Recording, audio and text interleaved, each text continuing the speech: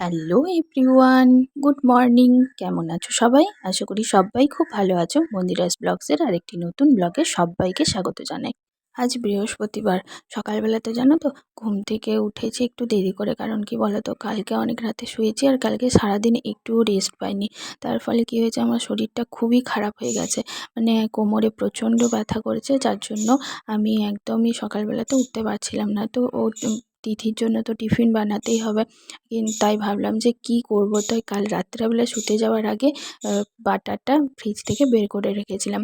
কারণ শীতকালের সময় তো একবারে জমে থাকে ফ্রিজ থেকে, সাথে সাথে যদি বের করি তাহলে তো লাগানো যাবে না।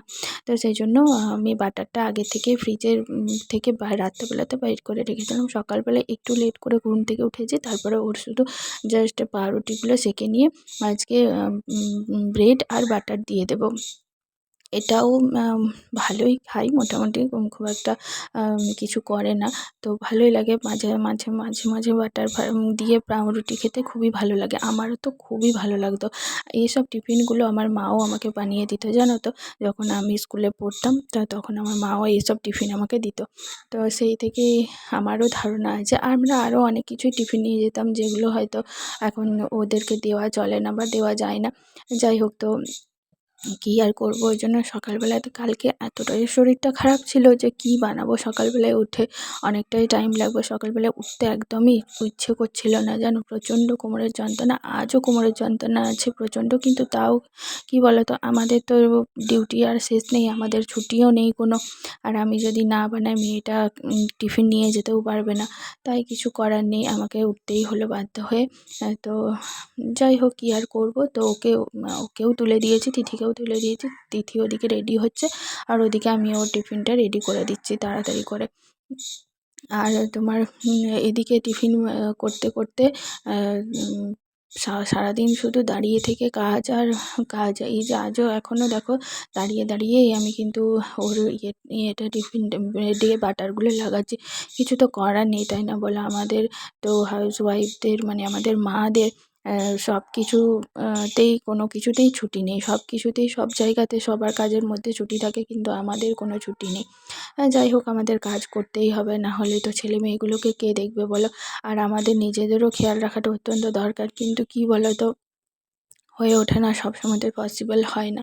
যাই হোক, ওর পাউরুটিগুলো প্রায় মাখনটা লাগিয়ে দিয়েছি, তারপরে একটু চিনি দিয়ে দিচ্ছি, ব্যাস তাহলেই হয়ে যাবে।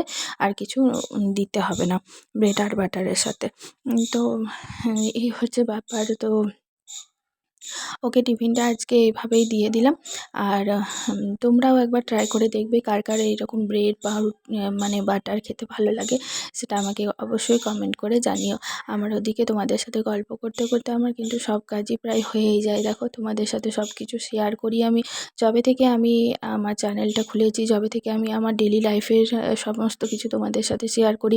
ছোট ছোট মুহূর্তগুলো আমি ভাবি যে তোমাদের সাথে শেয়ার করি, মানে শেয়ার করতে আমার ভালো লাগে। তো তোমাদের কতটা দেখতে ভালো লাগে আমি জানি না, তবে আমার শেয়ার করতে খুবই ভালো লাগে। তোমাদের সাথে সব কিছু শেয়ার করে নিতে পারলে আমারও খুব আনন্দ লাগে। যাই হোক, তো তোমরা আমাকে কিন্তু কমেন্ট করে জানিও যে আমার ব্লগ তোমাদের কেমন লাগে। তোমাদের সাথে শেয়ার না করলে কিন্তু আমার খুবই মন খারাপ হয়ে যায়। তো এদিকে তোমাদের সাথে গল্প করতে করতে হয়েও গেল আমার, দেখো সব কিছু রেডি করা হয়ে গেছে। আর এদিকে শুধু পাউরুটিটা টিফিনে ভরে দিলাম, আর এদিকে বিস্কুটটা দিয়ে দিলাম। আর যে দুধটা গরম করে এনেইছিলাম, ঢাকা দিয়ে রেখেছি, কারণ ও এখন তো রেডি হচ্ছে, চুল টুল বাঁধবো ধরো, তাহলে রেডি হতে অনেকটা টাইম লাগবে। তো দুধটা, শীতকাল তো ঠান্ডা হয়ে যাবে। তো ওইদিকে ব্রেড আর ইয়েটা রেখে দিলাম। আর ওদিকে সেই যখন ফ্রিজ খুললাম, একবারে ডিপ ফ্রিজ থেকে পনিরটাও বার করে নিলাম। ছেলেকে আজকে দেবো, তোমার বৃহস্পতিবার তো, আজকে তো বাড়িতে কিছু হবে না, আজ তো সেই জন্য পনিরটা দেবো। আর ওদিকে ওর জলটাও ভরে দিলাম এখন। সব কিছু রেডি করে দিলাম, এবারে যেয়ে ওর চুলটা বাঁধবো, তারপরে ও খেয়ে দিয়ে তারপরে ও বেরোবে, স্কুল বেরিয়ে যাবে। তো স্কুলে যাওয়ার পরে এবারে ছেলেও ঘুম থেকে উঠে গেছে, দিয়ে ওর মায়ের কাছে, মানে আমার মায়ের কাছে আছে, ও মায়ের কাছে গেল এখন। আর আমি ওই জন্য বিছানাটা একটু তুলে নিচ্ছি, ঠিক করে নিচ্ছি। এদিকে জানালাটা খুলে নিচ্ছি, রোদ আসছে বেশ ভালোই। আমাদের ঘরগুলোতে খুব ভালো রোদ ঢোকে জানো তো, এত সুন্দর। এদিকে সামনে পূর্ব দিকটা খোলা তো, পূর্ব দিকে জানালা, এত সুন্দর রোদ আসে না, শীতকালের পক্ষে খুবই ভালো। কিন্তু গ্রীষ্মকালে আবার খুবই গরম লাগে। যাই হোক, শীতকাল তো আর 2 মাস, গ্রীষ্মকালটাই বেশি। তো তবুও শীতকালে খুবই আরাম লাগে। তো এখন ও মায়ের কাছে আছে। তা আমি এদিকে বিছানাটা তুলে নিলাম, গুছিয়ে নিলাম। আর তারপরে আমি এবারে ব্যালকনির দিকে দরজাটা খুলে নিই। ব্যালকনির দিকে দরজাটা খুলে রাখলে খুবই রোদ আসে। এই দেখো প্রচণ্ড রোদ, দেখেছো? এত সুন্দর। আর পর্দাটা তুলে দেখছি মা ওদিকে দাঁড়িয়ে আছে বেটুকে নিয়ে। চলো তোমাদেরকেও দেখাচ্ছি। এই দেখো রোদ পোহাচ্ছে, এসে ব্যালকনিতে দাঁড়িয়ে দাঁড়িয়ে এই জাস্ট ঘুম থেকে উঠেছে বলে দেখো চুপচাপ কোলে কেমন শুয়ে আছে। আমার কাছে আসতে চাইলো না, জানো, বলছে না দুনের কাছে যাবো। আমার মাকে দুন বলে ডাকে। তো দিদুন, আমার মেয়ে দিদুন বলে। তো ও দিদুন ওর উচ্চারণ হতো না, তো দুন বলতো। সেই থেকে এখনো অবধি দুনই বলে। তো মায়ের কোলে কোলে কি সুন্দর ছিল। আর তারপরে আমি ওদিকে আছে দেখে আমি এদিকে চায়ের অনেকগুলো বাসন হয়ে গেছিলো। তো সেগুলো ধোয়া হচ্ছিল না বলে ধুয়ে নিই। কারণ একটা একটা করে কাজ পড়ে থাকলে অসুবিধা হবে। এক গাদা হয়ে গেলে আবার তখন ওর খুব অসুবিধা হয়ে যায়। সেজন্য মায়ের কাছে যখন আছে সেজন্য ধুয়ে নিলাম। আর তারপরে তোমার ওকে আবার খাওয়ানো আছে, রেডি করা আছে। তো সেই জন্য ওর খাবারটাও রেডি করে দিই। ওর খাবারটাও রেডি করা হয়নি, তাই ওর খাবারটা রেডি করে দিলাম। এখনও আমার কাছে কোলে চলে এলো একবার, কারণ কাঁদছিল হঠাৎ করে, জানি না কি হয়েছিল, তো কাঁদছিল। সেই জন্য আবার আমি ওকে কোলে নিলাম। কোলে নিয়েই আবার তোমার ওর জন্য খাবারটা ভিজাচ্ছি। তোমরা ভাববে রোজই আমি ওকে দুধ কর্নফ্লেক্স খাওয়াই, যখনই আমি ভিডিও দিই তখনই দুধ কর্নফ্লেক্স ওর ভিজাতে থাকি। তো তোমরা সেটা ভেবো না, ওকে প্রত্যেক দিন কিন্তু দুধ কর্নফ্লেক্স খাওয়াই না। আমি দুধ মুড়ি খাওয়াই, সুজি খাওয়াই, তো এইসব খাওয়াই। এখন সুজিটা অবশ্য অনেক দিন খাওয়াইনি, তো এই জন্য। আর যেদিন আমি ভিডিও করি না সেদিন দুধ কর্নফ্লেক্স, মানে সেই সময়তে দুধ কর্নফ্লেক্স খাওয়াই, তাই তোমাদের সাথেও সেটাই শেয়ার হয়ে যায়। তো ওকে এখনও পর্যন্ত ব্রাশ করানো হয়নি, তার আগে একটু জলটা খাইয়ে দিচ্ছি, জানো তো। ওই শীতকাল তো, ব্রাশ করার পরে দেখবে মুখটা খুব ঠান্ডা থাকে, তো সেই জন্য জলটা খেতে চায় না, জানো। সেই জন্য আগেই একটু জলটা খাইয়ে দিচ্ছি। জলটা খেতে চাইছে না, এখন শীতকাল পড়ে গেছে না, ওই জন্য খেতে চাইছে না। যাই হোক, তবুও সারা রাত তো ধরো জল টল খাই না, তাই জন্য একটু একটু জল খাইয়ে দিলাম। তা এবার যেয়ে ব্রাশ করাবো।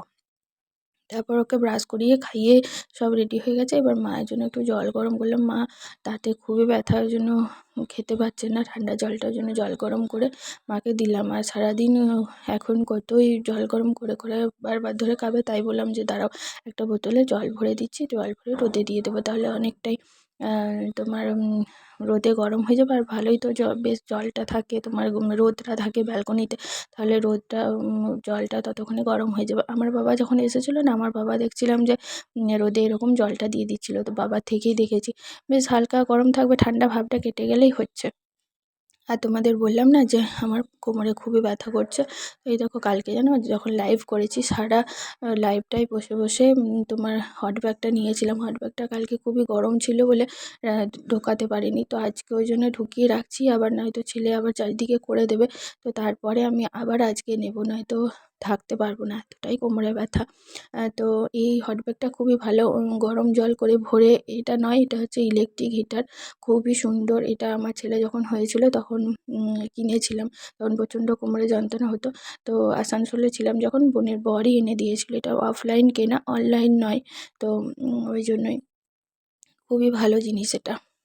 তো তারপরে সব করে টোরে নিচে এলাম। নিচে এসে বললাম না মায়ের দাঁতে ব্যথা, তো সেই জন্য মাকে একটু সুজি বানিয়ে দিচ্ছি। মায়ের সুজি খেলে হয়তো একটু মানে হালকা মানে কী বলবো, একটু পাতলা পাতলা খাবার খেলে আর কি দাঁতে ব্যথাটা হবে না। তো একটা দাঁতে প্রচণ্ড এক সাইডে ব্যথা ছিল, তো বোনের ঘরে ছিল, দাঁতটা সিল করিয়ে নিয়েছে। তারপরে বলছে যে আবার আরেক দিকে দাঁতে ব্যথা শুরু হয়ে গেছে। তো সেই জন্য কিছু শক্ত কিছু জিনিস খেতেই পারছে না একদম। তো বললাম যে ঠিক আছে তাহলে সুজিটা বানিয়ে দিচ্ছি, সুজিটা খাবে, একটু নরম নরম করে বানিয়ে দেবো, তাহলে খেয়ে নিতে পারবে, ওটা তো আর দাঁতে চিবাতে হবে না। তো ওই জন্য মায়ের জন্য সুজি বানিয়ে দিলাম। আর বলো না, সুজি করতে যে অনেকটা সুজি হয়ে গেছে।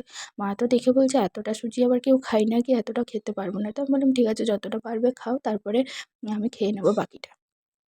তারপর তোমার এখন দুপুরবেলা হয়ে গেছে। দুপুরবেলাতে এই যে মাকে খেতে দিয়েছি, তার সঙ্গে আবার আমার ছেলে বলছে যে আমাকেও দিয়ে দাও এখানে, ও খাবে মায়ের দেখে দেখে।